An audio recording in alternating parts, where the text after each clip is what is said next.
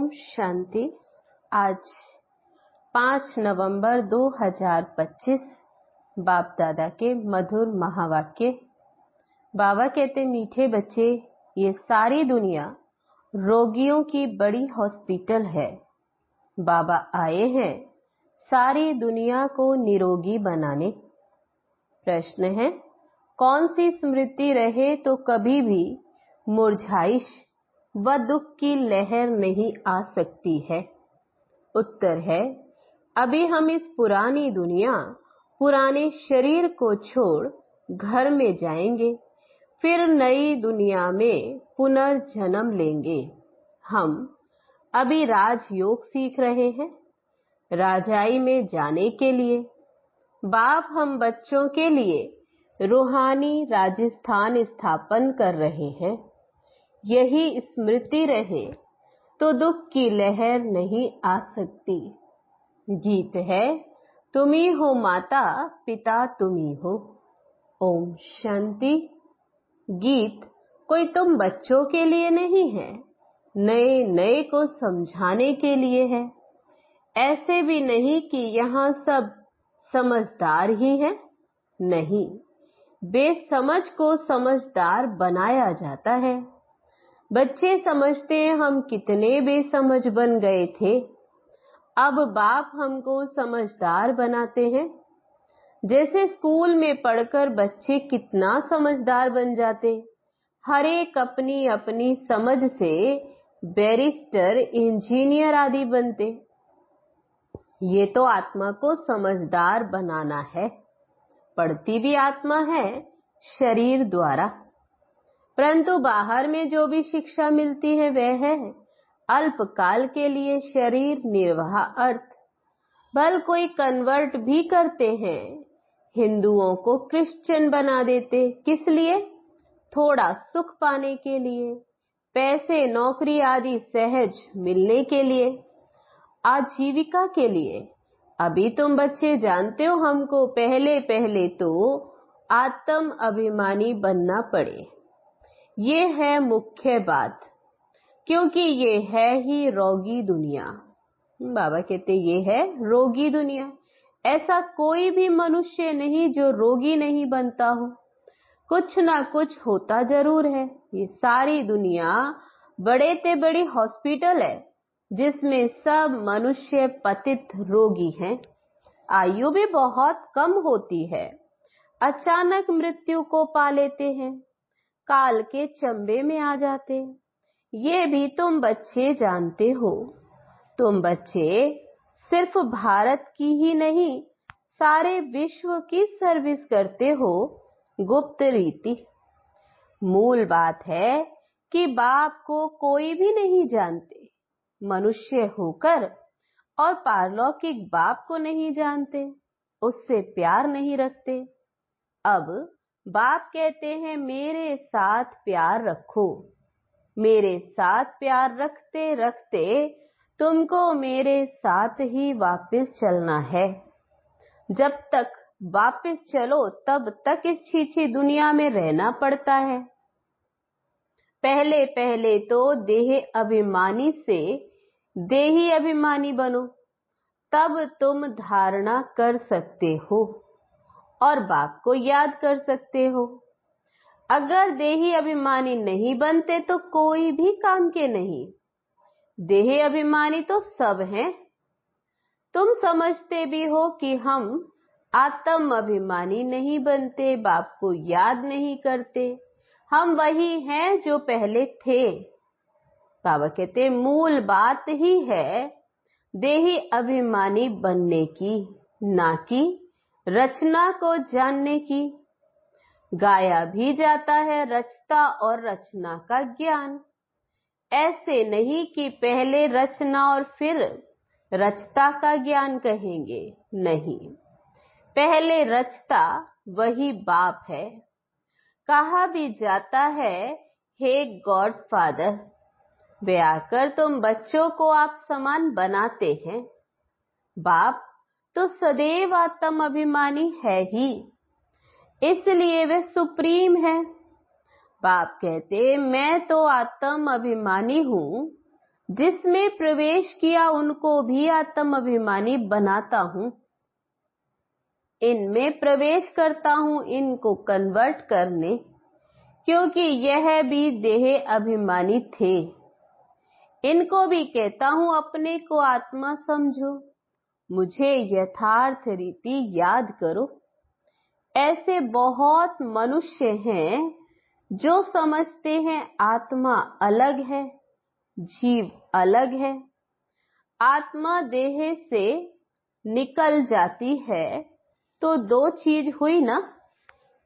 बाप समझाते हैं तुम आत्मा हो, आत्मा ही पुनर्जन्म लेती है, आत्मा ही शरीर लेकर पार्ट बजाती है। बार बार समझाते हैं बाबा, ये बात बार बार समझाते कि अपने को आत्मा समझो, इसमें बड़ी मेहनत चाहिए।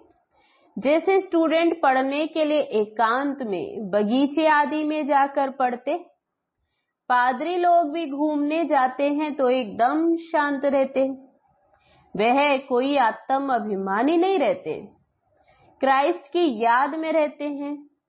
घर में रहकर भी याद तो कर सकते हैं, परंतु खास एकांत में जाते क्राइस्ट को याद करने, और कोई तरफ देखते भी नहीं है।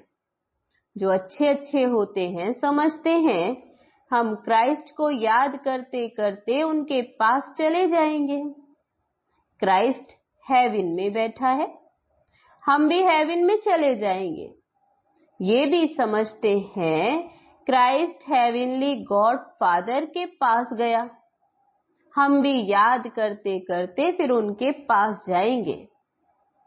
बाबा कहते सब क्रिश्चियन उस एक के बच्चे ठहरे, उनमें कुछ ज्ञान ठीक है, लेकिन क्राइस्ट की आत्मा तो ऊपर गई ही नहीं। क्राइस्ट नाम तो शरीर का है जिनको फांसी पर चढ़ाया, आत्मा तो फांसी पर नहीं चढ़ती। अब क्राइस्ट की आत्मा गॉड फादर के पास गई, ये कहना भी रॉन्ग हो जाता।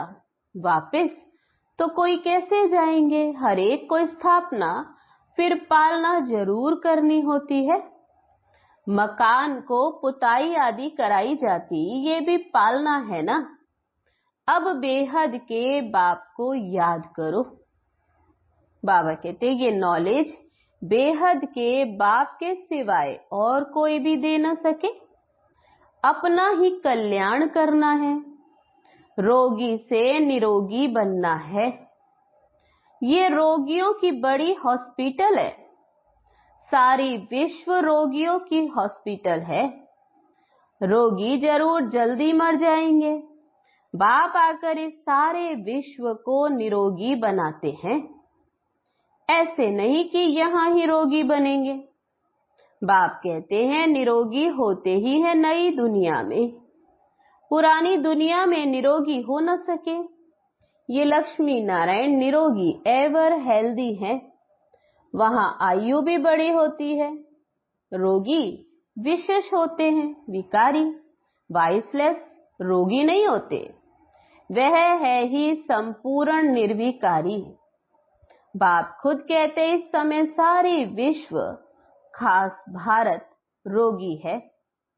तुम बच्चे पहले पहले निरोगी दुनिया में आते हो, निरोगी बनते हो याद की यात्रा से।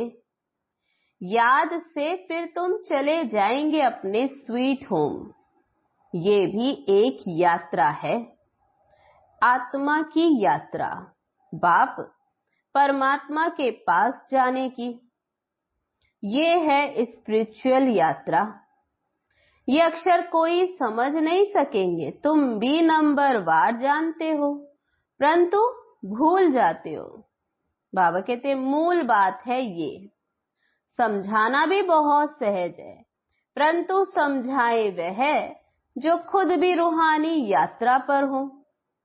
खुद होगा नहीं, दूसरे को बताएंगे तो तीर नहीं लगेगा। सच्चाई का जौहर चाहिए। हम बाबा को इतना याद करते हैं जो बस स्त्री पति को कितना याद करती है, पतियों का पति, बापों का बाप, गुरुओं का गुरु। गुरु लोग भी उस बाप को ही याद करते हैं। क्राइस्ट भी बाप को याद करते थे, परंतु उनको कोई भी जानते नहीं। बाप जब आए तब आकर अपनी पहचान देवे। भारतवासियों को ही बाप का पता नहीं है तो औरों को कहां से मिल सकता है। विलायत से भी यहाँ आते हैं योग सीखने के लिए। समझते हैं प्राचीन योग भगवान ने सिखाया, ये है भावना। बाप समझाते हैं सच्चा सच्चा योग मैं ही कल्प कल्प आकर सिखलाता हूं, एक ही बार। तो मुख्य बात है अपने को आत्मा समझ बाप को याद करो। इसको ही रूहानी योग कहा जाता। बाकी सबका है जिस्मानी योग। ब्रह्म से योग रखते हैं, वह भी बाप तो नहीं है, वह तो महातत्व है रहने का स्थान। तो राइट, एक ही बाप है। एक बाप को ही सत्य कहा जाता है। ये भी भारतवासियों को पता नहीं कि बाप ही सत्य कैसे है। वही सचखंड की स्थापना करते हैं, सचखंड और झूठखंड। तुम जब सचखंड में रहते हो वहां रावण राज्य ही नहीं होता। आधा कल्प बाद रावण राज्य झूठखंड शुरू होता है। सचखंड पूरा सतयुग को कहेंगे, फिर झूठखंड पूरा कलयुग का अंत। अभी तुम संगम पर बैठे हो, ना इधर हो और ना उधर हो, तुम ट्रेवल कर रहे हो। बाबा कहते हैं अभी तुम्हारी यात्रा है। आत्मा ट्रेवल कर रही है, शरीर नहीं। बाप आकर के यात्रा करना सिखलाते हैं, यहां से वहां जाना है। तुमको ये सिखलाते हैं वो लोग फिर स्टार्स, मून आदि तरफ जाने की ट्रेवल करते। अभी तुम जानते हो उनमें कोई फायदा नहीं। इन चीजों से ही सारा विनाश होना है। बाकी जो भी इतनी मेहनत करते सब व्यर्थ है। बाबा कहते तुम जानते हो ये सब चीजें जो साइंस से बनती वे भविष्य में तुम्हारे ही काम आएगी। ये ड्रामा बना हुआ है। बेहद का बाप आकर पढ़ाते हैं तो कितना रिगार्ड रखना चाहिए।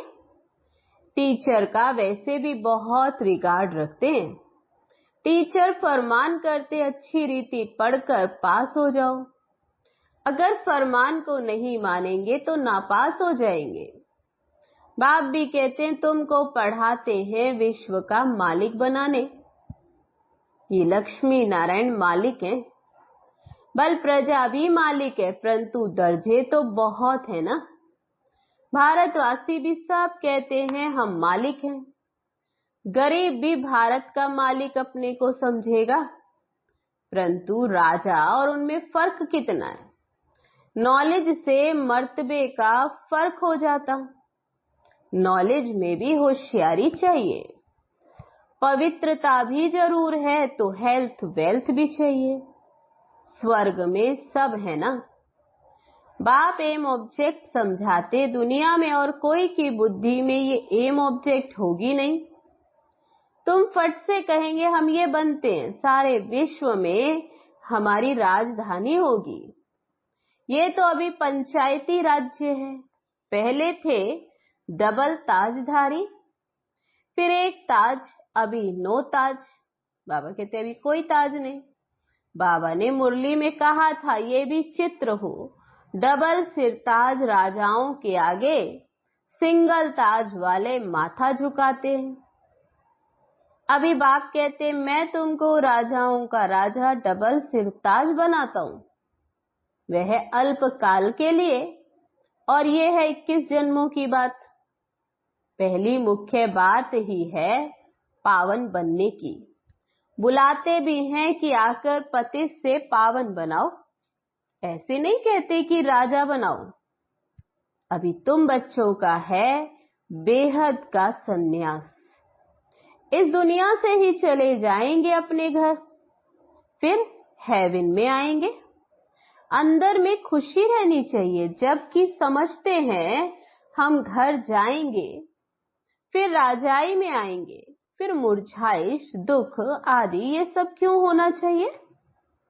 बाबा कहते फिर मुरझाइश, दुख आदि क्यों? हम आत्मा घर जाएंगी, फिर से पुनर्जन्म नई दुनिया में लेंगी, तो बच्चों को स्थायी खुशी क्यों नहीं रहती? माया का अपोजिशन बहुत है, इसलिए खुशी कम हो जाती है।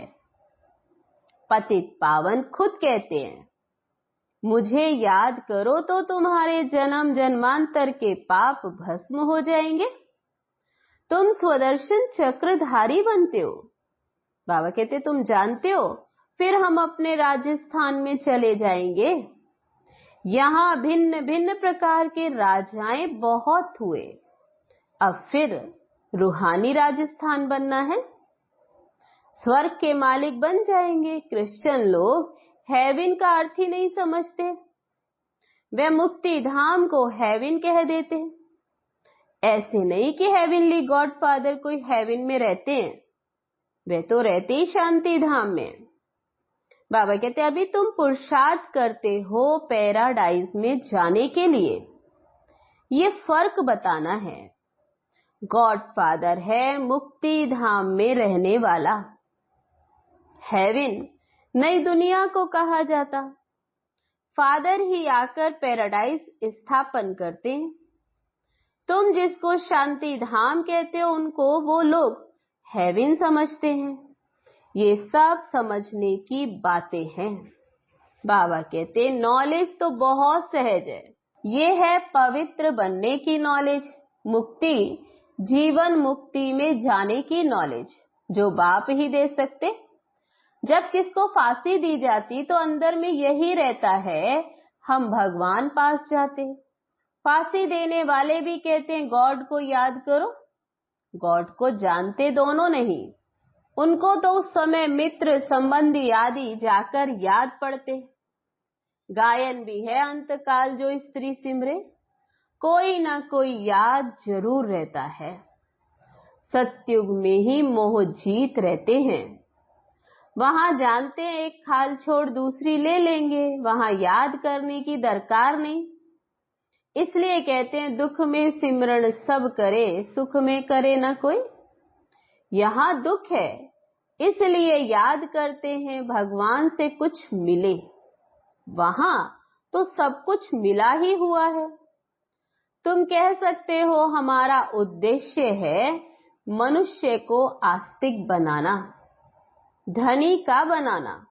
अभी तो सब निधन के हैं, हम धन का बनते हैं।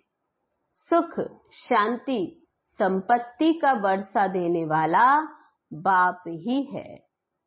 इन लक्ष्मी नारायण की कितनी बड़ी आयु थी। बाबा कहते ये भी जानते हैं भारतवासियों की पहले पहले आयु बहुत बड़ी रहती थी, अब छोटी है। क्यों छोटी हुई ये कोई भी नहीं जानते। तुम्हारे लिए तो बहुत सहज हो गया समझना और समझाना, सो भी नंबरवार। समझानी हरेक की अपनी अपनी है, जो जैसी धारणा करते हैं ऐसा समझाते हैं। अच्छा, मीठे मीठे सिक्की लदे बच्चों प्रति माता पिता बाप दादा का याद प्यार और गुड मॉर्निंग। रूहानी बाप की रूहानी बच्चों को नमस्ते नमस्ते, ओम शांति। हम रूहानी बच्चों की रूहानी बाप दादा को नमस्ते नमस्ते, ओम शांति। अब है धारणा के लिए मुख्य सार। पहली पॉइंट, जैसे बाप सदैव आत्म अभिमानी रहते हैं, ऐसे आत्म अभिमानी रहने का पूरा पूरा पुरुषार्थ करना है। एक बाप को दिल से प्यार करते करते बाप के साथ घर चलना है। दूसरी पॉइंट, बेहद के बाप का पूरा पूरा रिगार्ड रखना है, अर्थात बाप के फरमान पर चलना है। बाप का पहला फरमान है बच्चे अच्छी रीति पढ़कर पास हो जाओ। इस फरमान को पालन करना है। वरदान है आज का, शक्तिशाली सेवा द्वारा निर्बल में बल भरने वाले सच्चे सेवाधारी भव। सच्चे सेवाधारी की वास्तविक विशेषता है निर्बल में बल भरने के निमित्त बनना। सेवा तो सभी करते हैं, लेकिन सफलता में जो अंतर दिखाई देता उसका कारण है सेवा के साधनों में शक्ति की कमी। जैसे तलवार में अगर जौहर नहीं तो वह तलवार का काम नहीं करती, ऐसे सेवा के साधनों में यदि याद की शक्ति का जौहर नहीं तो सफलता नहीं। इसलिए शक्तिशाली सेवाधारी बनो। निर्बल में बल भरकर क्वालिटी वाली आत्माएं निकालो, तब कहेंगे सच्चे सेवाधारी। स्लोगन है आज का, हर परिस्थिति को उड़ती कला का साधन समझकर सदा उड़ते रहो। अव्यक्त इशारा है आज का, अशरीरी व विदेही स्थिति का अभ्यास बढ़ाओ। वैसे अशरीरी होना सहज है, लेकिन जिस समय कोई बात सामने हो, कोई सर्विस के झंझट सामने हो, ओम शांति।